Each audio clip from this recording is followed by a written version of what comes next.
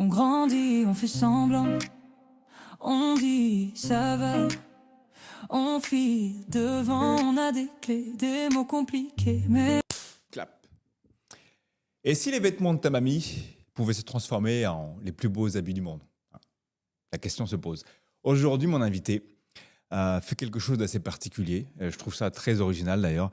Elle prend des vieux tissus, des morceaux d'histoire, un tissu qui raconte déjà quelque chose, et elle transforme ça en création originale, unique, et dont je suis très fan d'ailleurs. Voilà. On va parler aujourd'hui de style, de mode, pourquoi pas, de grandes marques également. On va aussi parler de couture, mais pas que. On va certainement parler aussi de tissus qui racontent l'histoire. Mais bon, on va aller en profondeur dans tout ça. Toujours est-il, c'est que bienvenue dans J'ai 7 ans, explique-moi ton métier. J'ai l'immense plaisir d'accueillir Cassandra. Cassandra, tu es couturière, créatrice, mais pas que. On va développer tout ça un peu plus tard. Je tiens à préciser quand même que je bégaye un peu, mais ce qui est logique, vous savez maintenant pourquoi. Mais c'est toujours pas simple quand on fait l'intro, mais ça fait partie du jeu, on va dire. J'ai 7 ans, explique-moi ton métier, avec des mots que mon cœur peut toucher. J'ai 7 ans, explique-moi ton métier. Commence, Cassandra, comment vas-tu aujourd'hui? Ça va, merci beaucoup de m'accueillir. Ça va, ça va. Ça va? Ouais. Bon alors, bon, on est parti alors. Première question, un truc relativement simple. Imaginons que j'ai 7 ans. Je te pose une question, c'est quoi ton métier? Peux-tu me répondre à ça en une phrase, s'il te plaît? Mon métier, c'est créatrice de mode. Donc j'imagine, je réfléchis sur la création des vêtements que tu peux porter aujourd'hui. D'accord. Voilà, donc depuis l'idée qui germe dans la tête jusqu'à la réalisation physique du vêtement que tu portes. Ok, très bien. Toujours face à toi, cet enfant de 7 ans, il rentre dans ton atelier, la première chose qu'il voit, c'est quoi? Le bazar, le désordre, parce que j'en mets partout. Je pense que la créativité fait que tu t'éparpilles aussi. Hein. Donc ouais, je pense que le bazar, et puis au milieu de tout ça, des tissus et une machine à coudre. Ok, très bien. C'est quoi le préjugé qu'on pourrait avoir à ce que tu fais? Ton ce que métier, je fais. ta créativité? Que je passe mon temps derrière ma machine à coudre, je pense que c'est un des premiers préjugés qu'on peut avoir. Le deuxième peut-être aussi, c'est le petit côté... alors ça dépend. Peut-être le petit côté artisanal, donc petite créatrice dans son atelier à faire des petites choses. Ou de l'autre côté, si on te prend pour une vraie marque, de te dire non, mais c'est une marque un peu élitiste, elle est dans son monde, tout ça. Je dirais Ok. qu'il y a deux visions qu'on peut avoir. Ok. On va développer un peu du coup le côté marque élitiste. Ouais. Qu'est-ce que tu fais? C'est quoi une marque élitiste pour toi? Pour moi, c'est... bon, on en parle beaucoup aujourd'hui dans le secteur de la mode, souvent pendant la Fashion Week, là, qui se termine tout juste. C'est le fait qu'une marque reste... on est un peu dans son entre-soi, donc on est parmi les mêmes personnes. Mhm. Et on va éviter d'ouvrir ce secteur-là à d'autres personnes qui seraient intéressées, qui n'ont peut-être pas des privilèges financiers ou sociaux, en fait, de faire partie d'une famille d'eux, Mhm. ou d'avoir assez d'argent pour en faire partie. Ok. Euh, Avant de creuser un peu plus, c'est quoi ta journée de travail? À quoi elle ressemble? Ma journée de travail, elle commence par ouvrir mon ordinateur portable, checker mes mails, vérifier mes mails, et vérifier mon calendrier éditorial, donc savoir quelle communication je dois mettre en place aujourd'hui. Est-ce que j'ai préparé mon post à faire sur Instagram, sur les autres réseaux sociaux? Quand je suis dans la préparation d'une nouvelle collection, je prépare les pièces, donc je les découpe. Mhm. Une à une pour pouvoir les apporter dans un atelier de confection par la suite. Et après, le reste de la journée, je dirais que on change de casquette toute la journée. Ok. Mhm. Donc il y a la créatrice, il y a celle qui découpe, il y a celle qui fait la communication, il y a celle qui fait la logistique, parfois quand il y a des colis à envoyer.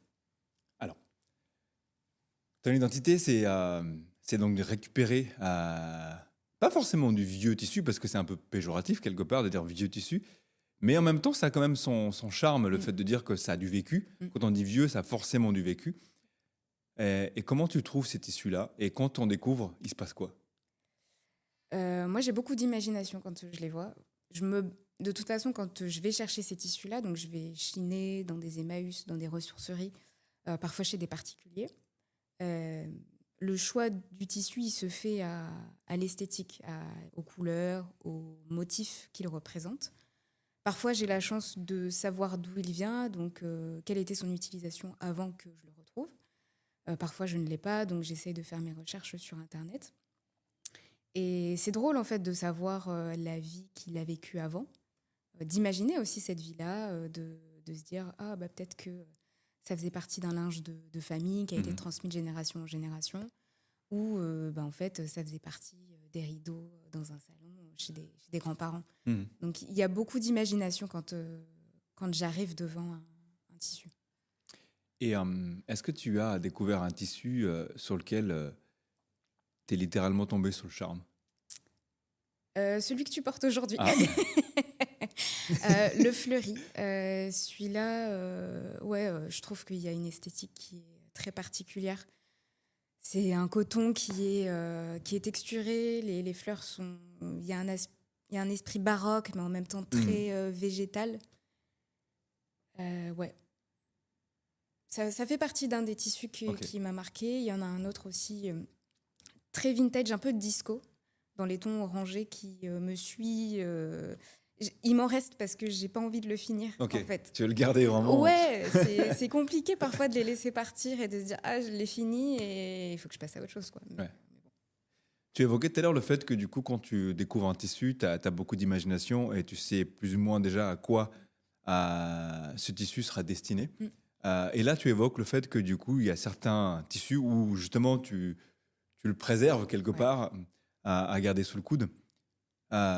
C'est quoi ce choix cornélien et comment tu fais face à ça? Alors, au début de la marque, mes créations, je les faisais vraiment au fil de l'eau. Le tissu, il arrive, je l'ai trouvé. Il n'y avait pas forcément d'association dans les collections.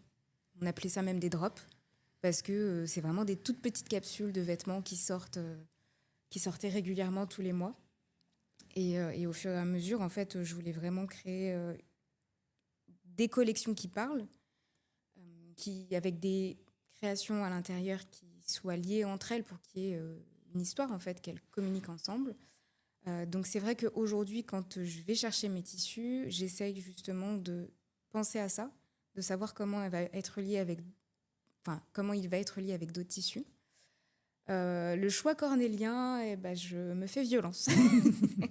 Voilà, tout simplement. Ouais. Parce que c'est peut-être aussi égoïste de ma part de le garder que pour moi et je me dis qu'il pourrait plaire à d'autres personnes.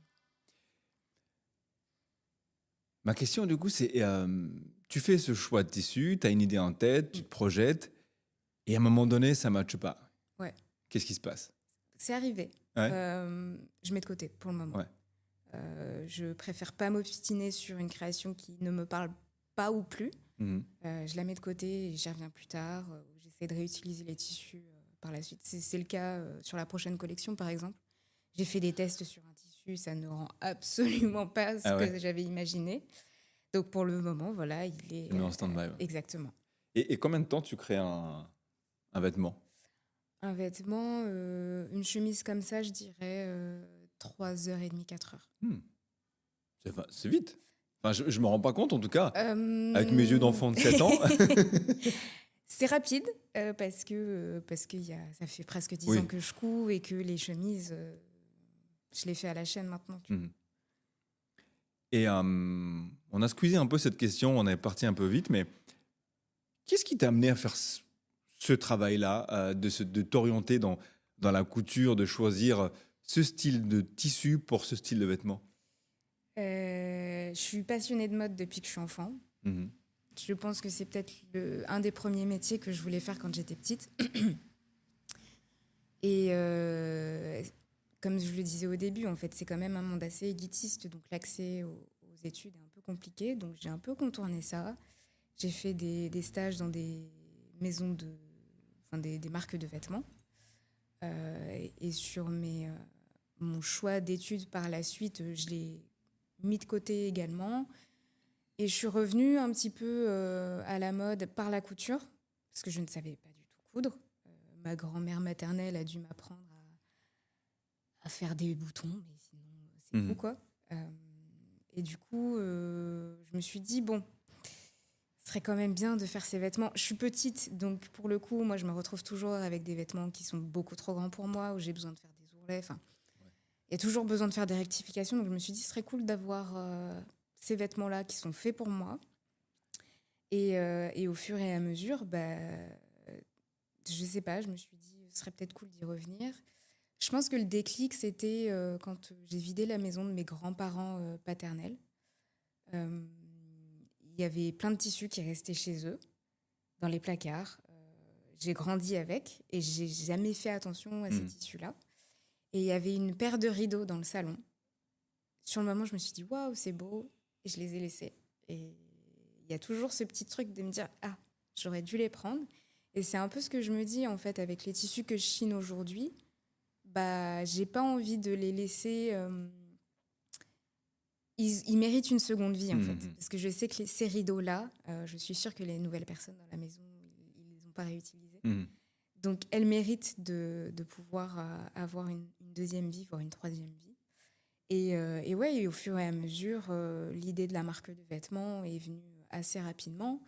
Et une idée de marque de vêtements pour l'homme et puis pour la femme, c'était plus une évidence parce que d'avoir des modèles assez intemporels qui ne sont pas genrés, en fait, c'était assez important pour moi. Voilà. Ok, c'est clair. Question technique. Est-ce que les tissus de l'époque sont plus qualitatifs que ceux d'aujourd'hui? Clairement. Je le vois. Hein, le coton, donc souvent, c'est des draps que je chine. Les draps blancs, tu le sens juste sur le poids, en fait. Au toucher, au ressenti, ouais, exactement. C'est pas le tout, ok. Donc, rien que ça, tu vois que c'est qualitatif. Je sais qu'il y en a qui ont des trous, mais en fait, je me dis, vu l'âge qu'ils ont, c'est logique et je pense qu'il a fallu un certain temps d'utilisation pour que ces trous arrivent là. Il est vrai que moi, les premières fois où j'ai vu tes créations, encore plus quand je les ai portées, on a forcément un souvenir, une connotation dans notre tête quand on voit ces tissus-là, quand on voit ces motifs, qui est déstabilisant parce qu'on s'imagine soit un canapé, soit un rideau, soit un tissu d'ameublement. Ouais. Et au final, l'effet de les voir en tenue, c'est un peu déroutant, mais en même temps, moi j'adore. Donc du coup, pour ça, arriver à cette question, c'est qu'est-ce que les gens te disent quand ils voient tes créations? Ah, j'adore. Voilà. Enfin, non, souvent c'est ça. J'aime trop ce que tu fais. Après, les gens qui me font ces retours-là, c'est des gens que je côtoie. Je sais que c'est aussi des personnes qui ne vont pas porter ces créations-là parce que elles sont très originales. Après, pour les gens que je ne côtoie pas, j'ai eu beaucoup de messages sur Insta de personnes en me disant « J'adore tes créations, elles sont trop, trop belles. » J'ai beaucoup de compliments. Voilà. C'est cool. Ouais. C'est gratifiant. Ouais, de ouf. C'est gratifiant. Et est-ce que tu penses que justement ce côté gratifiant n'est pas quelque chose sur lequel tu pourrais tomber dans les travers je m'explique en te disant c'est cool, je laisse couler, puis voilà quoi. Non, ouais. Je suis pas comme ça. Ouais. Je me dis plus, en fait, rien ne me dit que demain, les gens ils diront toujours ça, tu vois. Donc, on se repose pas sur les lauriers. Ok. Tu évoquais tout à l'heure en début le fait que tu chines ces tissus à différents endroits. Est-ce que tu te dis à un moment donné, je vais aller chiner ailleurs parce que du coup, sur le Poitiers, j'en ai fait le tour, ou les alentours? Ouais, ça m'est déjà arrivé. Ça demande de la logistique. Où est-ce que j'ai fait ça? Je suis allée sur Châtellerault déjà parce qu'il y a une autre communauté Emmaüs qui a d'autres ressources. Il y a des centres de tri qu'il faut que je contacte, mais c'est quand même un monde... C'est pas compliqué d'avoir des contacts, mais je pense que c'est des demandes qu'ils n'ont pas au quotidien, que c'est compliqué aussi de gérer ces nouvelles demandes, en fait. J'avais testé aussi avec un centre de tri en local, savoir si c'était possible. Déjà, s'ils avaient des gisements de textiles, donc savoir s'ils récupéraient des textiles dans leur collecte d'ordures à recycler, parce que les gens ne font pas très bien le tri. Et on a testé ça sur une semaine. Ils m'ont donné 2 poubelles remplies, donc les poubelles qu'on sort dans la rue toutes les semaines. Sauf que ça correspondait pas, moi, à ce que je cherchais. Mais par contre, je me suis rendu compte que les gens ne savent pas faire le tri, quoi. Oui, ça c'est un sujet à part entière. Ces tissus-là, en tout cas, ma perception des choses, en tant qu'enfant de 7 ans, c'est des tissus qui sont pas valorisés du tout, qui sont même au rebut. Comment toi, tu pourrais sensibiliser les enfants de 7 ans à leur dire que ces fameux rideaux de mamie ou ces tissus d'ameublement, qu'il faut les réutiliser, voire même les utiliser dans des cas comme en l'occurrence toi, où tu fais un truc vraiment génial avec, quoi. C'est quoi le message? Comment tu sensibilises? C'est difficile, ça. Non, je pense qu'aujourd'hui, il y a quand même pas mal d'outils de sensibilisation. En tout cas, ce qui concerne la mode et puis ce qu'on jette. En local, on a Charlotte Burat qui fait un jeu de sensibilisation, justement, qui s'appelle Texicologie, à destination de tout public. Hein, tu vois, il y a des enfants qui y participent, il y a des adultes. Tu vois, tu as des petits outils comme ça qui sont développés par des gens qui font un travail super. Déjà, il y a ça. Je pense que le message, il doit aussi passer par des personnalités qui ont un petit peu plus de pouvoir dans leurs paroles, notamment sur les influenceurs. Je pense qu'ils sont beaucoup écoutés, mieux écoutés que certains posts, on va dire, certaines communications faites par l'État, par exemple, parce que les enfants, ils vont pas du tout aller regarder des trucs qui sont faits par le gouvernement. Je pense qu'il faut adapter sur comment on apporte ce message-là aux enfants. Il y a des émissions, par exemple, je crois que c'est M6, ils font une émission sur justement réutiliser des tissus qui ont déjà vécu. Voilà, et puis peut-être faire travailler son imagination, tout simplement. Très bien. Est-ce que tu as déjà une demande d'une personne qui a récupéré les tissus de ses grands-parents et qui t'a demandé de faire une création avec? Pas encore. Pas encore? Non. Ah bon entendeur, donc du coup, allez-y. Ouais, avec plaisir. Non, en vrai, ouais. Non, je crois pas. Non. Ok. Et on a créé cette émission, en fait, parce qu'on s'était dit que J'ai 7 ans, explique-moi ton métier avait quelque part un rôle à jouer sur la sensibilisation des enfants. Donc c'est pour ça que je t'ai évoqué cette question tout à l'heure de y a-t-il un message pour les plus jeunes? Maintenant, ce qui m'amène à cette question, c'est est-ce que, alors c'est une question un peu peut-être difficile à répondre, mais est-ce que tu penses que la génération d'aujourd'hui, les jeunes générations encore de 7 ans, parce qu'on est dans le thème, est-ce que ces tissus-là seront intemporels pour que ces jeunes enfants apprécient encore ces motifs?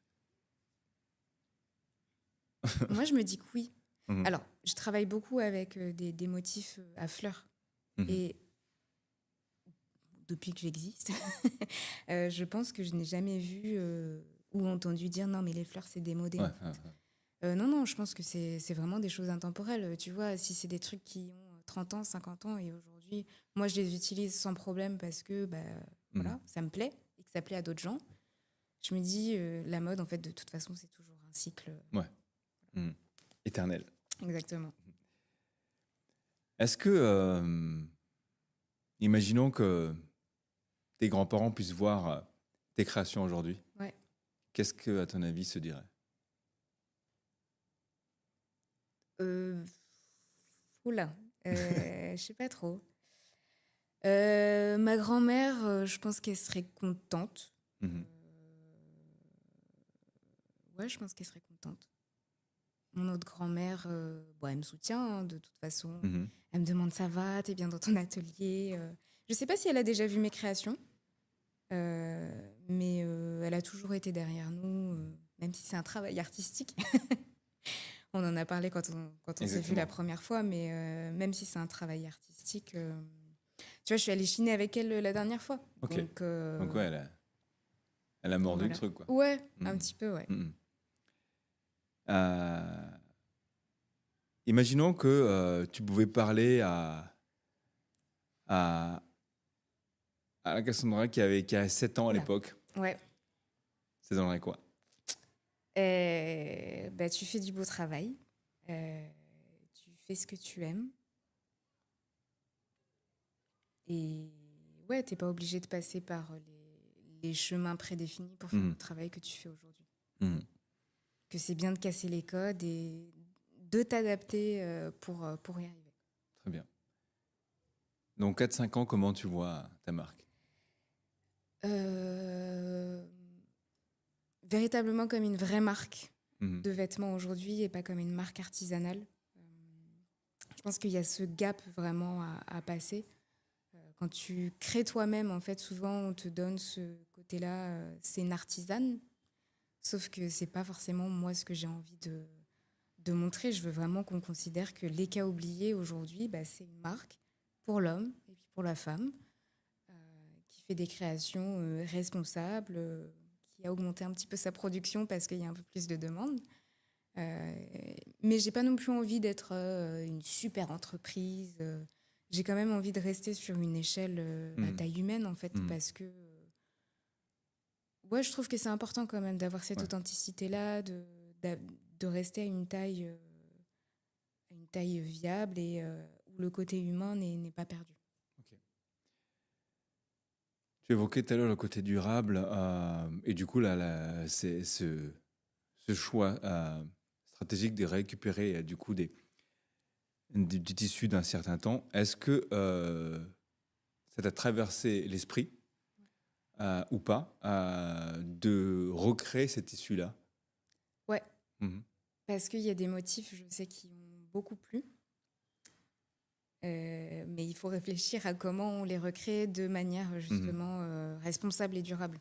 C'est pas créer pour créer. L'idée, c'est de savoir si, OK, il y a de la demande derrière, s'il y a des gens qui vont l'acheter ou pas, et de voir quelles sont les solutions les plus éthiques qu'on peut utiliser pour bah, éviter qu'il y ait des répercussions au niveau environnemental, au niveau social, tout ça. Ok. Quand tu crées un vêtement, et de mon côté, moi, quand je porte tes vêtements, Mm. euh, les gens s'interrogent beaucoup. Euh, les gens aiment. Tu l'as évoqué tout à l'heure. Et ça, c'est vraiment c'est véridique. Mais quand je vois, par exemple, mes filles, il y en a une qui a 6 ans et elle découvre ça. Elle, forcément, elle n'a pas la perception du côté vieux tissu. Mm. Mais tu évoquais tout à l'heure le fait que les fleurs restent toujours des fleurs. Mm. Et elle trouve ça génial. Et elle découvre en fait ces motifs et ces tissus. Et je trouve ça extraordinaire qu'un enfant de 7 ans aujourd'hui puisse découvrir ça et se dire waouh, en fait, c'est génial. Et quand je lui expliquais le concept, Mm. bon, je pense pas qu'elle a vraiment assimilé encore le pourquoi du comment, mais elle a trouvé ça génial de se dire ah, ok, donc ça veut dire que ça, potentiellement, c'est les tissus de sa mamie ou d'une Mm. mamie qui est redevenu quelque chose d'autre. Donc on voit bien qu'il y a un travail déjà qui se fait. Mais quand je lui pose la question, est-ce que tu es prêt à porter ces vêtements-là? Elle me dit oui, carrément. Et on avait déjà évoqué ce sujet. Est-ce que plus tard, t'envisages par exemple une collection enfant? On en avait parlé tous les deux. Je t'ai dit non au début. Et je sais pas, la dernière fois, je me suis surprise à y penser. Mhm. De me dire que ça peut être cool. Parce qu'en soi, tu peux faire un peu plus de modèles pour les enfants Mhm. parce que ça demande moins de tissu. Mhm. Donc pourquoi pas? Ok, Pourquoi pas? ok. Je ne ferme plus la porte à cette idée-là. Ah. Ok. Dans le monde où on est dans la surconsommation, on achète tout, limite les vêtements aujourd'hui ont une durée de vie très faible en fait. Ouais. Comment toi tu défends ta marque sur ça? Même si on imagine déjà le truc, mais imaginons qu'un enfant de 7 ans te pose cette question, comment tu peux l'expliquer ça? Bah, tout simplement, l'idée, c'est d'utiliser des matières en fait qui durent. 99% des matières que j'utilise, c'est 100% coton. Mhm. Il y a des fois, c'est mélangé avec du polyester parce que soit en fait, c'est des tissus où j'ai pas la composition ou que j'ai chiné vraiment au tout début de l'activité et que j'ai quand même envie d'utiliser. Ouais. Mhm. Mais aujourd'hui, je fais beaucoup plus attention sur la composition des tissus que je trouve, donc 100% coton.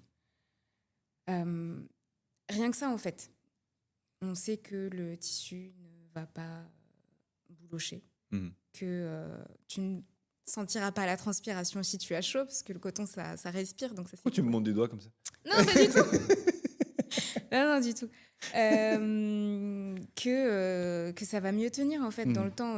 Si on voit qu'il y a des tissus, tu vois, que je vais chiner qui ont je sais pas combien d'années, si tu vois qu'ils sont encore de bonne qualité, ça veut dire que 20 ans plus tard, ce sera pareil. Mais il est vrai que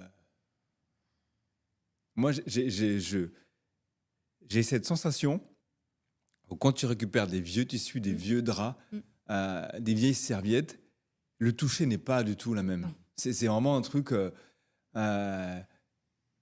sais pas ce je qu'ils sais pas faisaient, leur, techniquement, il doit certainement avoir l'émaillage ou le tissage ou qui n'est pas identique, mais tu sens que la qualité est là, tu Ouais. vois.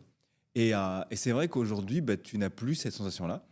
Et aujourd'hui, il y a un truc dans lequel je peux témoigner, c'est que j'ai porté quelques créations en toi. Il y a le fait que ce soit des modèles uniques, fait déjà que inconsciemment, tu te sens valorisé.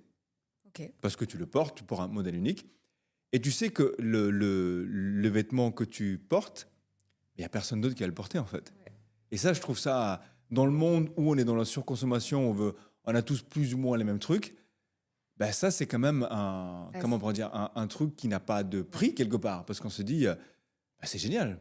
C'était un de mes objectifs. Enfin, c'est un critère de ma marque que je voulais absolument. Parce que quand j'étais petite, moi, si j'avais le même vêtement qu'une copine, j'étais pas contente. Mhm. Je ne supportais pas avoir les mêmes vêtements que les gens dans ma classe. Donc voilà, effectivement, pièce unique. C'est excellent. Puis en plus, bon, là, on se rend pas compte, mais les étiquettes sont vraiment très stylées. C'est marqué dessus à la main. Enfin, Oui. Bah, pour moi, c'était normal de pouvoir mettre des numéros de série à chaque pièce. Et effectivement, j'écris à l'intérieur. C'est le côté humain aussi. Hein. Je vois toutes les pièces. J'en ai fait beaucoup jusque-là. Donc, pour moi, c'est aussi important. C'est quoi la pièce dont tu es la plus fière? Il y en a plusieurs. Alors, il y en a plus certaines que d'autres. Forcément, j'en ai fait 2 pour McFly et Carlito, donc je suis vraiment, vraiment très, très, très, très fière. Parce que je les ai faites très rapidement et qu'elles ont eu un bel engouement par la suite. Et que je les ai réfléchies pour que ça puisse correspondre aux 2 personnes, aux 2 personnalités. Et je pense que ça s'est ressenti quand ils les ont reçues. Il y a une pièce que j'ai faite, vraiment, je l'ai créée comme ça, avec des mélanges de couleurs. C'était jaune et violet. Et en fait, il y a une nana, elle m'a écrit sur Instagram en me disant « J'adore, elle est super. » Elle l'a achetée, elle l'a reçue, elle m'a dit « Je suis trop contente parce que ça me fait penser à une chemise que mon papa portait. » Et du coup, j'adore. Voilà. Donc ça fait partie, je pense, des pièces où je suis le plus fière. Ou pour le coup, au début, quand je l'ai fait, je me suis dit pas sûr que les couleurs aillent ensemble. Et en fait, ça fonctionnait super. Ça marchait, ouais. Bah, en fait, c'est ce que j'ai essayé de dire tout à l'heure. Je ne sais pas si on m'a vraiment compris, mais dans ce que tu proposes, en fait, il y a forcément un ressenti derrière. Ouais. On a tous forcément vu ces motifs-là quelque part. Alors forcément, quand on était jeune, ça nous passait largement au-dessus de la tête. Mais le fait de les redécouvrir aujourd'hui sur une autre façon, ben en fait, émotionnellement, c'est fort. C'est très fort. Et bravo à toi pour ça, parce que c'est quand même quelque chose qui vaut le détour. Tu vois. Moi, aujourd'hui, je me sens en fait fier de porter tes créations, parce que tu te l'appropries, en fait. Tu te l'appropries littéralement. Mais tu vois, ça me fait penser à un modèle que j'ai fait. J'ai chiné un paréo malgache. Voilà. Voilà. Tu vois, je l'ai chiné. Ma mère, elle m'a dit J'aime pas trop. Ouais. Elle me dit, j'ai vu ces tissus toute mon enfance, c'est pas... Moi, je trouve pas ça beau, tu vois. Oui, oui, oui. J'ai créé... Elle était blasée du coup par ce Ouais, tissu quelque part. clairement, elle me Ouais. dit, non, mais Ouais. vas-y. Et C'est trop, j'ai quoi. fait la création, elle m'a dit, il est trop beau. Ouais. Elle m'a dit, je sais pas comment t'as fait, mais j'aime la création que t'as faite avec un tissu que je déteste. En Ouais, fait. ouais. Donc, Fort. ouais. Bravo. Ok. Et justement, tu évoques le sujet malgache. Est-ce que tu prévois de faire des collections liées à ces tissus? J'aimerais Ouais. bien. Ouais. Peut-être pas les paréos, mais tu sais, t'as les broderies artisanales, en Mhm. fait, qui sont typiques de là-bas. Donc, j'ai commencé justement à chiner des tissus qui, je pense, ont été faits là-bas parce que je ne vois pas d'autres pays qui pourraient les faire. Surtout que tu les reconnais facilement. Oui, Quoi. bah, clairement, Ouais. clairement, clairement. Et la dernière fois, bah, justement, j'étais avec ma grand-mère, j'en ai trouvé un. Je lui dis, mais tu sais si les gens, ils font toujours ça à la main à Madagascar? Elle me dit, bah oui, oui, ils les font toujours à la main, c'est toujours artisanal. Et je voulais justement que, si je trouve des tissus comme ça, être sûre que ce soit toujours fait de manière artisanale, parce que c'est une richesse, en fait, dans les compétences des personnes qui vivent là-bas. Exactement. Ben, moi, j'étais dernièrement, donc c'est vrai qu'on en a ramené. Et c'est toujours extraordinaire le travail qui est fait. Et c'est quelque chose qui est vraiment très, très joli. Après, on aime, on n'aime pas, mais je pense que malgré tout, il y a du travail derrière. Ok. Demain, parce que le but de ces émissions, c'est que peut-être que des jeunes enfants tombent dessus et peuvent titiller leur curiosité et surtout, pourquoi pas, susciter une vocation. Donc, j'ai 7 ans, je te pose la question, j'aimerais faire ton métier, ce serait quoi ton conseil? Alors, non, je pense qu'il y a une partie de moi qui dirait, bah, instruis-toi aussi de manière artistique, soit en y allant directement et en faisant les études pour, si tu as la possibilité. Si tu n'as pas la possibilité, bah, essaye d'être curieux, de t'informer de toutes les manières possibles. Aujourd'hui, avec les réseaux sociaux, Internet, on a quasiment toutes les informations qu'on veut. Donc, c'est d'être curieux et de réfléchir à « Ok, je ne peux pas faire des études dedans ou je n'ai pas accès, par exemple, à des expos qui ne sont pas à côté de chez moi. Bah, je vais essayer de regarder sur Internet des vidéos, des tours de musée, peut-être d'expositions qui parlent de ça, essayer de voir des interviews d'autres personnes, d'autres créateurs, savoir ce qu'ils ont fait. Parce que je pense qu'il y a beaucoup de créateurs qui n'ont pas fait d'études dedans et qui ont fait leur métier sans problème. Très bien. On va jouer un petit jeu. Je vais te poser des questions et tu vas me répondre comme si tu répondais à un enfant de 7 ans avec le minimum de mots. Ma première question, c'est la couture en un mot, ça donne quoi? Une évasion de l'esprit. Le tissu le plus bizarre que tu as utilisé? Waouh.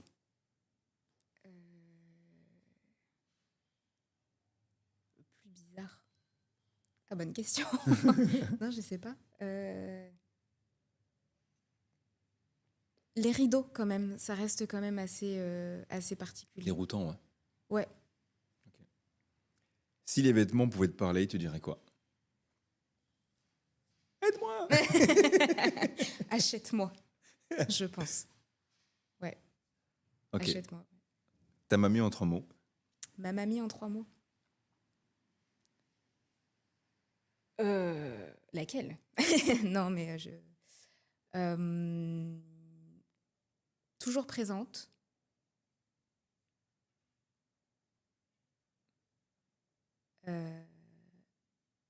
Affective. Aventurière.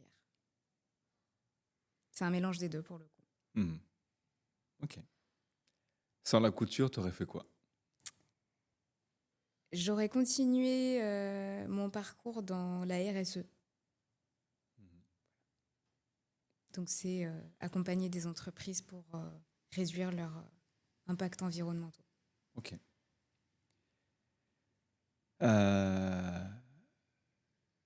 Si si ce métier te donne un super pouvoir, ça serait lequel? Waouh.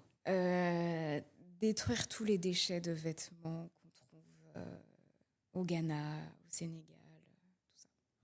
Ok. La chose ou les choses que tu veux que les gens retiennent de toi?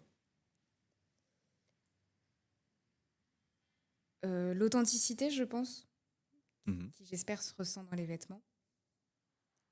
Euh, la singularité des vêtements que je crée.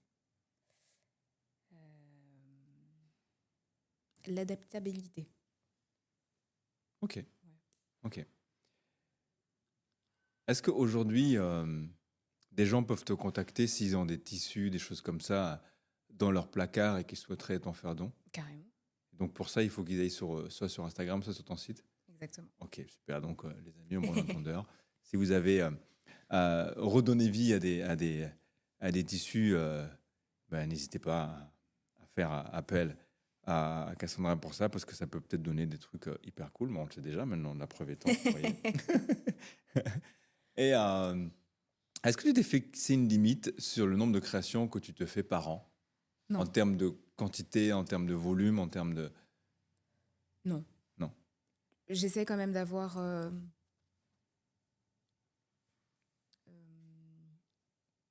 une production raisonnée. Mhm.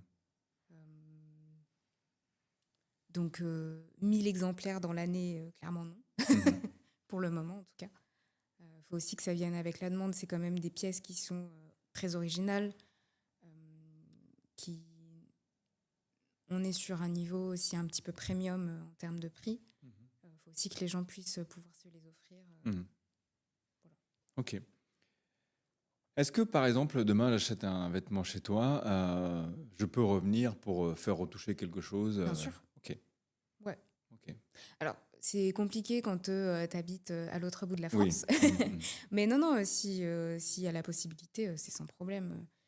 L'idée, c'est ça, c'est que de pouvoir aussi adapter le vêtement à la personne s'il y a un détail qui pose problème. Moi, par exemple, là, je porte une de mes pièces. J'ai pas du tout suivi le patron que j'ai d'habitude parce que voilà, je suis petite. Ta Donc il faut... morphologie fait que voilà, Exactement. tu dois Ouais. t'adapter. Ok, ok. Après, tu vois, il y a eu un moment où je proposais aussi des pièces à la précommande. Donc, soit les gens, ils avaient des modèles sur le site qu'ils adoraient, mais du coup, c'était pas en stock ou c'était pas Mhm. leur taille. On échangeait ensemble pour que on puisse trouver une autre pièce unique Mhm. à leur faire, qui suivent un petit peu ce qu'ils ont vu, et de l'adapter, par exemple, à la longueur des manches, longueur du vêtement, tout ça, quoi. Ok, très bien. Cassandra, merci d'avoir ouvert ton univers, Avec d'avoir plaisir. ouvert ta créativité sur cette émission qui s'appelle J'ai 7 ans, explique-moi ton métier. Avec plaisir. J'ai essayé au maximum de poser les questions d'un enfant de 7 ans. Donc bon, j'espère que ça s'est déroulé de cette façon-là. Je rappelle quand même que du coup, ce que tu crées est quelque chose d'unique. C'est quelque chose qui sort complètement de ton imagination, mais qui est surtout basé sur la récupération de tissus qui a déjà eu une vie, une précédente vie. Pourquoi pas, comme je disais tout à l'heure, une vie, 2 vies, 3 vies peut-être, on ne sait pas. Tout ça dans le but vraiment de le côté réutiliser une matière, faire moins de déchets et surtout créer quelque chose qui soit durable dans le temps avec des motifs et des coupes intemporelles. Ça va, j'ai bien... C'est parfait. Bon. C'est parfait. Et avant de clôturer, je vais te donner quand même le mot de la fin.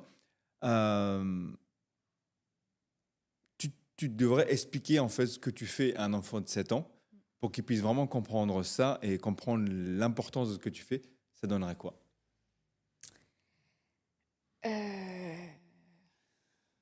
L'importance de ce que je fais. On a tous besoin de s'habiller de toute façon. Ouais. Parfois, il faut peut-être réfléchir un peu plus à comment on veut s'habiller. Mhm. Si on veut être un petit peu plus responsable, si on veut que ça n'ait pas trop d'impact sur l'environnement qui nous entoure, et aussi d'avoir des créations qui sont faites en France, parce que je pense que la plupart des vêtements qu'on retrouve sur le marché aujourd'hui viennent d'ailleurs. Si on veut s'engager pour une mode plus responsable, en fait, tout simplement, Soit ça passe par la création, donc ce que je fais au quotidien, de trouver ces fameux tissus de seconde main ou de troisième main, d'imaginer comment on peut contourner en fait leur utilité première. Donc, c'est un rideau, comment je peux le transformer demain ? C'est un drap, c'est une housse de couette, comment je peux les transformer pour utiliser ce qui existe déjà finalement, en créant de nouvelles choses qui peuvent être très cool. Ok, excellent. On va mettre les liens évidemment pour accéder à ton site, mais ça, les gens le savent déjà. Et c'est vrai que tu as évoqué un truc tout à l'heure, mais sur lequel on n'a pas abordé dans notre échange, c'est qu'effectivement, c'est du Made in France en soi. Oui. Donc c'est logique, mais il est quand même bon de le rappeler. Et ce qui fait aussi que du coup, comme on l'avait déjà évoqué, le fait que des séries très limitées, voire même modèles uniques, pièces uniques, et tout ça évidemment disponible sur ton site. Exactement. Voilà, excellent. Écoutez, merci de nous avoir suivis pour cette émission J'ai 7 ans, explique-moi ton métier. Restez humains et puis instruisez-vous parce que c'est important malgré tout. Et puis, si vous voulez faire ce métier, n'hésitez pas à regarder ce podcast et vidéocast parce que du coup, je pense que ça peut vous apprendre beaucoup de choses. Et puis, toutes les pièces sont disponibles sur le site. Parfait. Le nom de la marque déjà, c'est ? Les cas oubliés. Les cas oubliés, parfait. Alors, j'imagine que peut-être que tu peux nous dire un dernier mot sur pourquoi le choix de ce... le cas, parce que je m'appelle Cassandra avec un K. Oubliés, parce que l'idée, c'est d'utiliser des tissus qui sont oubliés, délaissés dans les placards de nos grands-mères, de nos grands-parents. Voilà. Okay. Le tout lié, tout évident pour moi. Ok, excellent. Quoi demander ? On parle d'écran, de salaire, de rendez-vous, d'être en retard. On court partout dans la cour d'écran. Et on oublie l'enfant dedans. J'ai 7 ans, explique-moi ton métier avec des mots que mon cœur peut toucher. Dis-moi à quoi tu sers, qu'est-ce que tu fais quand tu rentres, t'es plus grand ou t'es fatigué. J'ai 7 ans, parle-moi pour de vrai, les mots simples pour les vérités. Tu dis projet, réunion, moi j'entends juste des grands sons. Est-ce que tu aides quelqu'un qui pleure ou tu ranges des chiffres, des heures? Tu construis quoi avec ton temps? Des maisons, des rires, du vent. Si demain tout ça disparaît, qu'est-ce qu'il reste de tes journées? J'ai 7 ans, explique-moi ton métier avec des mots que mon cœur peut toucher. Dis-moi ce que tu répares, ce que tu crées. Qui serait triste si tu t'arrêtais? J'ai 7 ans, parle-moi pour de vrai, les mots simples pour les vérités. Est-ce que t'avais des rêves avant? Les mêmes que moi là, maintenant. Quand tu me dis plus tard, tu verras. C'est beau plus tard ou c'est juste froid. J'ai 7 ans, explique-moi ton métier comme une histoire que tu peux me raconter. Dis-moi ce qui te fait peur, ce qui te plaît, ce que tu gardes au fond, que tu n'oses plus montrer. J'ai 7 ans, regarde-moi, tu sais, les mots s'importent mieux le rêve.